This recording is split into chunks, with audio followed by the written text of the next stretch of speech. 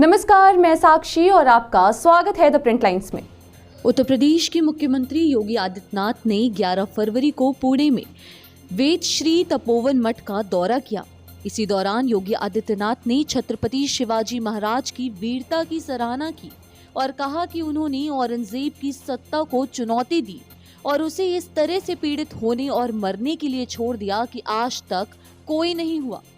उन्होंने ये भी कहा कि भारतीयों का रिश्ता छत्रपति शिवाजी महाराज से है, मुगलों से नहीं। महाराष्ट्र वाले इसीलिए सौभाग्यशाली हैं। इन पूज्य संतों का आशीर्वाद आज तो आपको प्राप्त हो रहा है, सैकड़ों वर्षों से प्राप्त हो रहा है। और भक्ति से उपजी ये शक्ति ही दुश्मनों के दांत हमेशा खट्टा करती थी। समर्थ गुरु रामदास जी छत्रपति शिवाजी महाराज को यहीं से पैदा करते हैं और छत्रपति शिवाजी महाराज पूरे भारत के अंदर उन्होंने जिस तेज को लहराया था,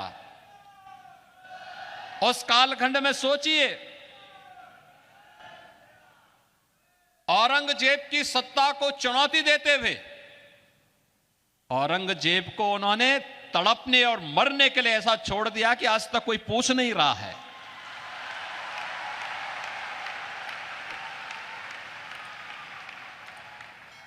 यह अद्भुत शौर्य और पराक्रम की धरती है। इसलिए है क्योंकि पूज्य संतों का सानिध्य प्राप्त हुआ। उनकी कृपा हमेशा यहां पे बरसती है।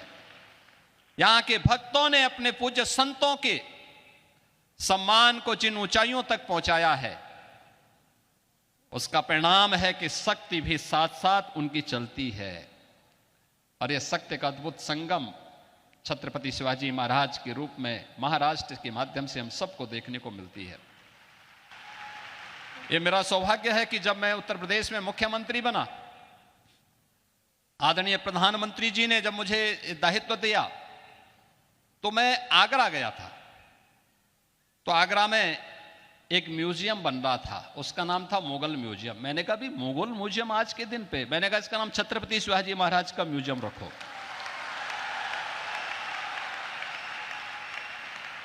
हमारा संबंध छत्रपति शिवाजी महाराज से है, हमारा संबंध मुगलों से नहीं है। और इसलिए छत्रपति शिवाजी महाराज के नाम पर जाना जाएगा ये म्यूजियम।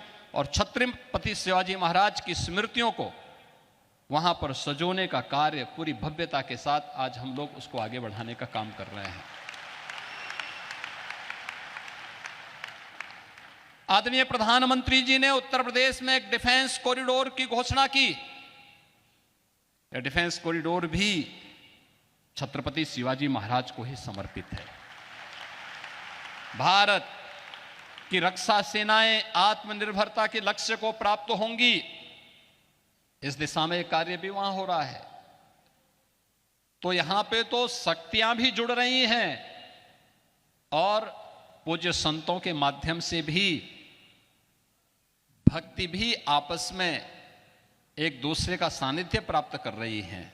और इसी का परिणाम है, जब ये शक्ति मिलेगी, भक्ति और शक्ति का अद्भुत संगम होगा, तब 500 वर्षों की गुलामी की दास्ता से मुक्त होकर के अयोध्या में राम मंदिर का भव्य